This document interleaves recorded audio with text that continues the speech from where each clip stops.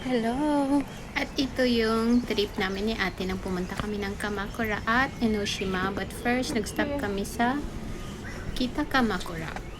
Mag-walking kami. Pupunta kami ng temple. Andito kami sa Kita Kamakura.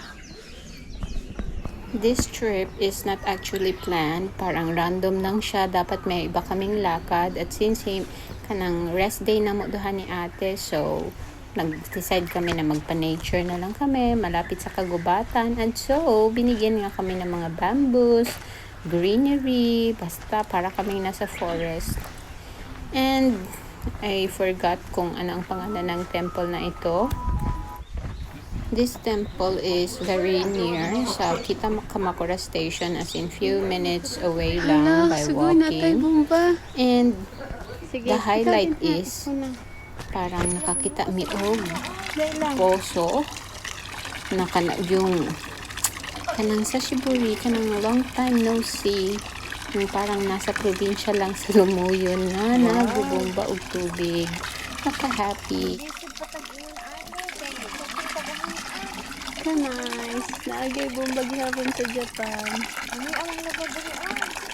And so, diba, nakakita lang mig bomba, murag lami ipaglaba.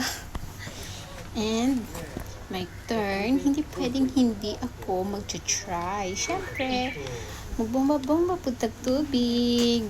Actually, feeling ko, yung tubig na yan is ginagamit nila dyan pang linis and pang bisbis. I think so. In fairness, ang lamig ng tubig, parang ang sarap maligo. But after nyan, let's go and continue our walking journey. Actually, hindi namin alam kung ano ba ang aming pinasok or saan kami dadalhin ng aming paa.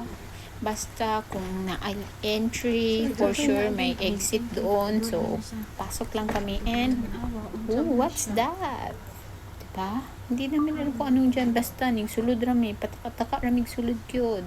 Na, kining makakita tagbangag. Oh, sudla na to. Sige. Ambot ko anong abno ba ang aming papasukin. Oh, di ba? So, kasi konti lang ang tao, kaya hindi din namin alam, wala kaming sinulan. Basta pumasok lang kami. At yan siya. Tara, dito mo na. Makatawa me. Kay ang among nasudlan. Kanus na pa ba ni na tourist spot ang Lubnganan? Uy, sementeryo man di ini. Di manggo. So, that's it. Mangita na may exit. Gidala rami sementeryo katong entry dito nga bangag.